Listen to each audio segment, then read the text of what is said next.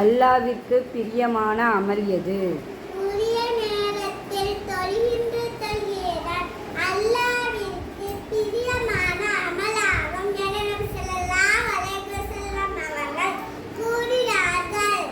சஹர் சாப்பிடுவதின் சிறப்பை கூறு. அல்லாஹ் தஆலாவும் அவன் மலக்குகளும் சஹர் சாப்பிடுவோரின் மீது அருள் புரிகின்றன என நபி ஸல்லல்லாஹு அலைஹி வஸல்லம் அவர்கள் கூறினார்கள்.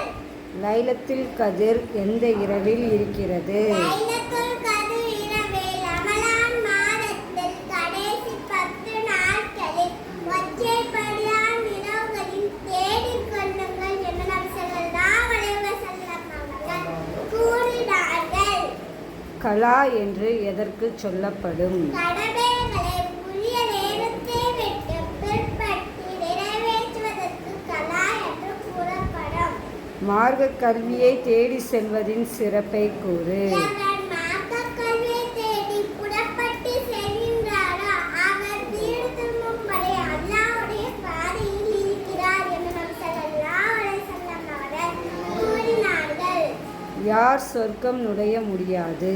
எவரது உள்ளத்தில் கடுகள வேண்டும் பெருமை இருக்கிறதா அவர் சொர்க்கம் நுழைய முடியாது என நபி ஸல்லல்லாஹு அலைஹி வஸல்லம் அவர்கள் கூறினார்கள்.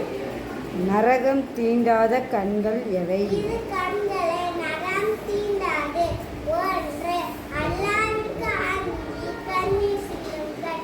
2.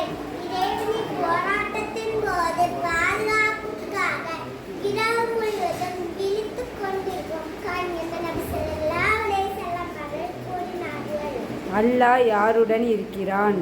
அல்லாஹ் கூறுவதாக நபி ஸல்லல்லாஹு அலைஹி வஸல்லம் அவர்கள் சொன்னார்கள்.